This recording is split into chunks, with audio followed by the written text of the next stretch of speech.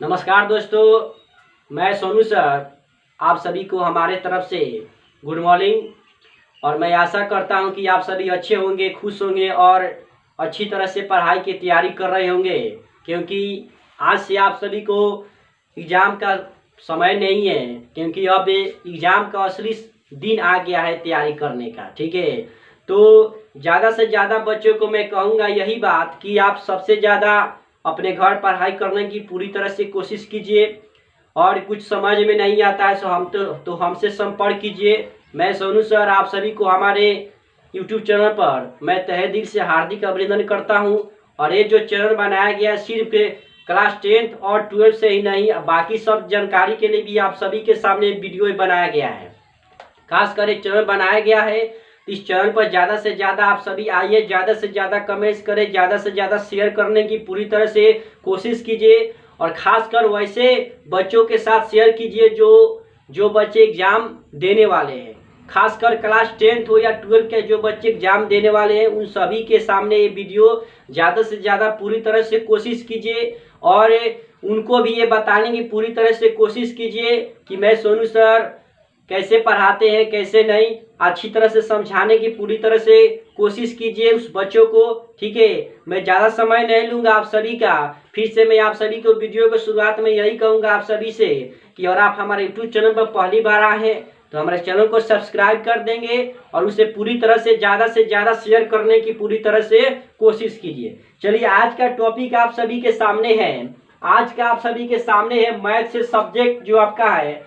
ठीक है, मैथ का सब्जेक्ट शुरुआत करेंगे। क्षेत्रमिति से संबंधित पढ़ाई आप सभी को आज मिलेगा, जैसे कि पहले वाले वीडियो में भी आप सभी को बताया जा चुका है क्षेत्रमिति के बारे में। ठीक, तो उसी से संबंधित आज मैथ से संबंधित आप सभी को बताने जा रहे हैं। और आज का क्लास आप सभी के लिए बहुत अच्छा होने जा रहा है, क्योंकि इससे क्वेश्चन अधिकतर पूछता है। ठीक है, तो उसी क्वेश्चन से आप सभी को डिस्कस किया जाएगा।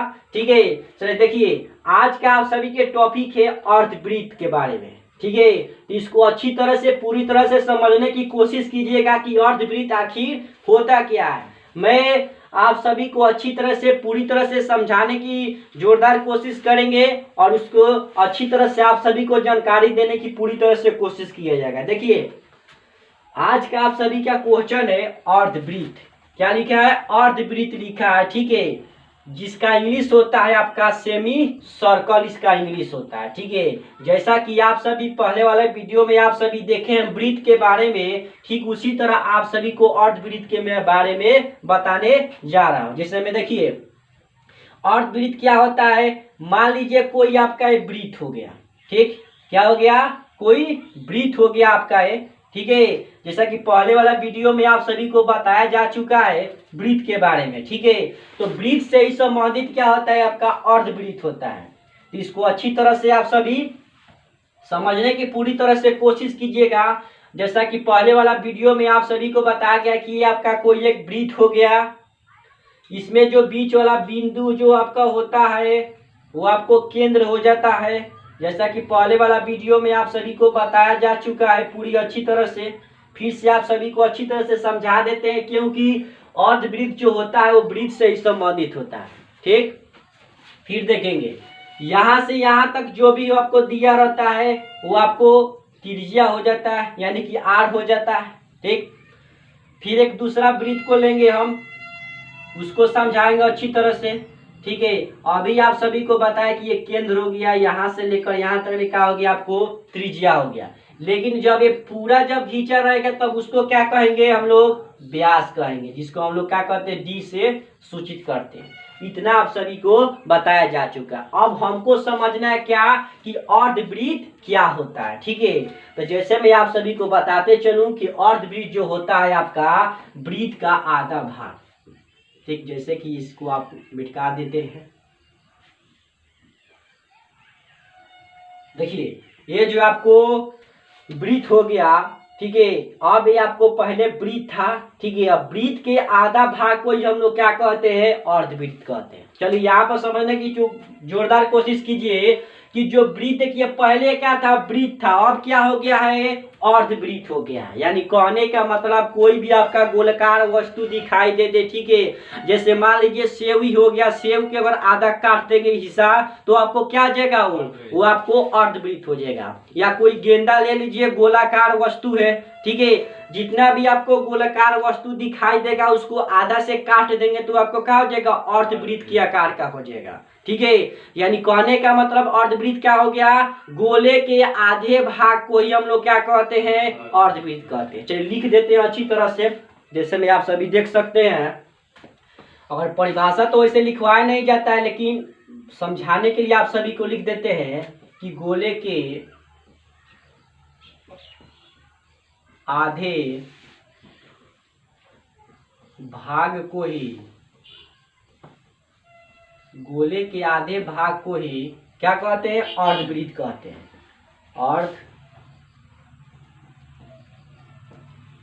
अर्धवृत्त कहते हैं।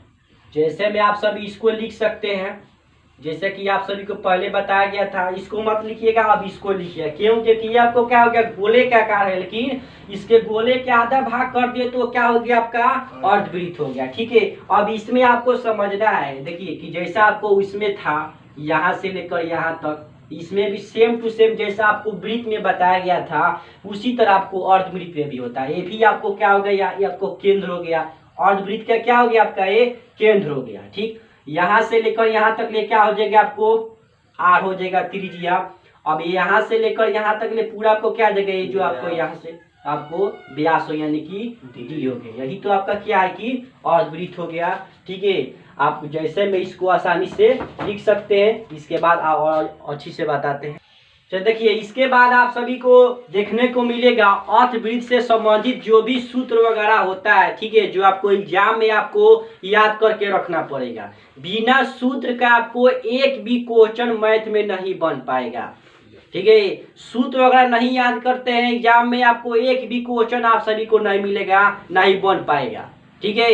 इसलिए इस अर्धवृत्त से जो भी सूत्र वगैरह आप सभी को दिखाया गया है यहाँ पे बस उसे 3 ही सूत्र वगैरह होता है जो क्लास 10 में आपको मिलेगा। इसी सूत्र के माध्यम से आपको एग्जाम का जो क्वेश्चन आपको दिया जाएगा इसी पर चर्चा किया जाएगा। पहले का सूत्र इसका है आपका अर्धवृत्त का क्षेत्रफल। देखिए अर्धवृत्त का क्षेत्रफल आपका होता है, देखिए जिसको पढ़ने नहीं आता है समझिएगा, पाई आर स्क्वायर बटा 2।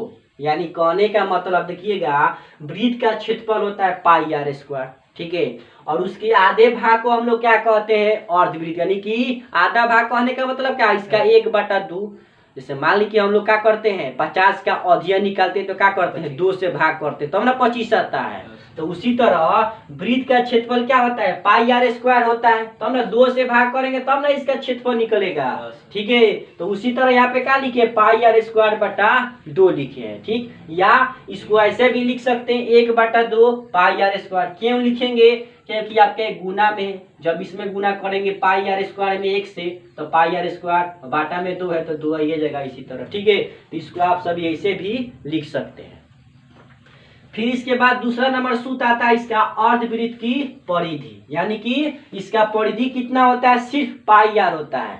क्यों, क्योंकि आपको और वृत्त का परिधि होता है आपका 2 पाई आर होता है, ठीक है, 2 पाई आर होता है। देखिए अर्धवृत्त की परिधि कैसे आया, आपको वृत्त की परिधि होता है 2 पाई आर, ठीक है।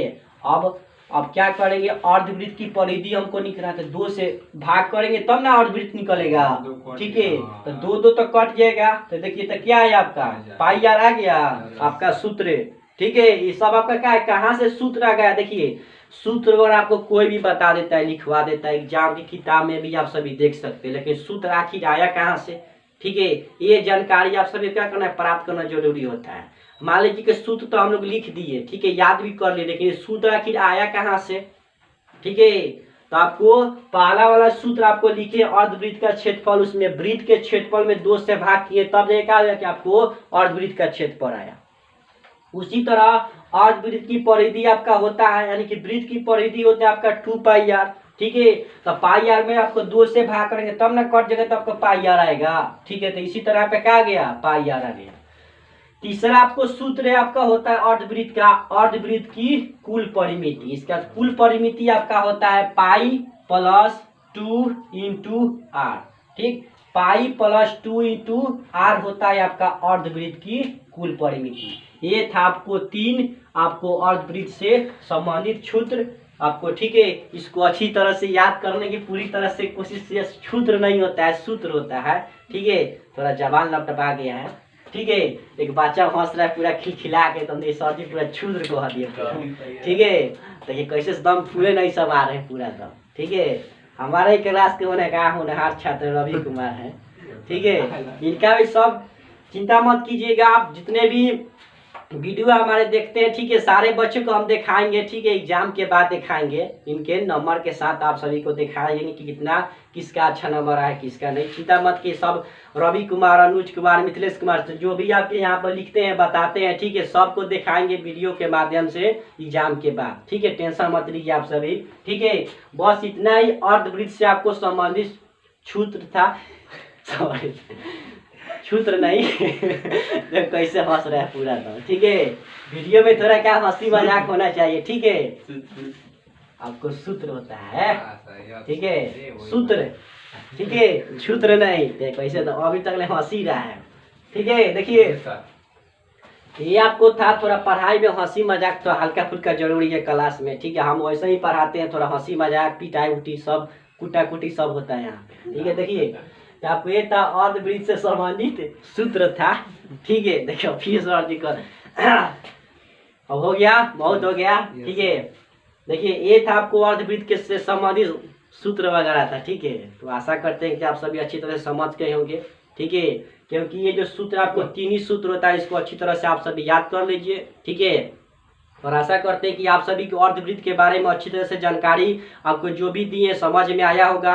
मैं सोनू सर वीडियो के अंत में आप सभी से यही रिक्वेस्ट करूंगा कि वीडियो में ज़्यादा से ज़्यादा इसको शेयर करने की पूरी तरह से संबंधित कीजिए, और जो भी आपके पढ़ाई से संबंधित आपको जो कुछ भी जानकारी लेना है, इस चैनल को सब्सक्राइब कर दे, लाइक करे, शेयर करे, कमेंट्स जरूर करे। आपका अपना सोनू सर, धन्यवाद।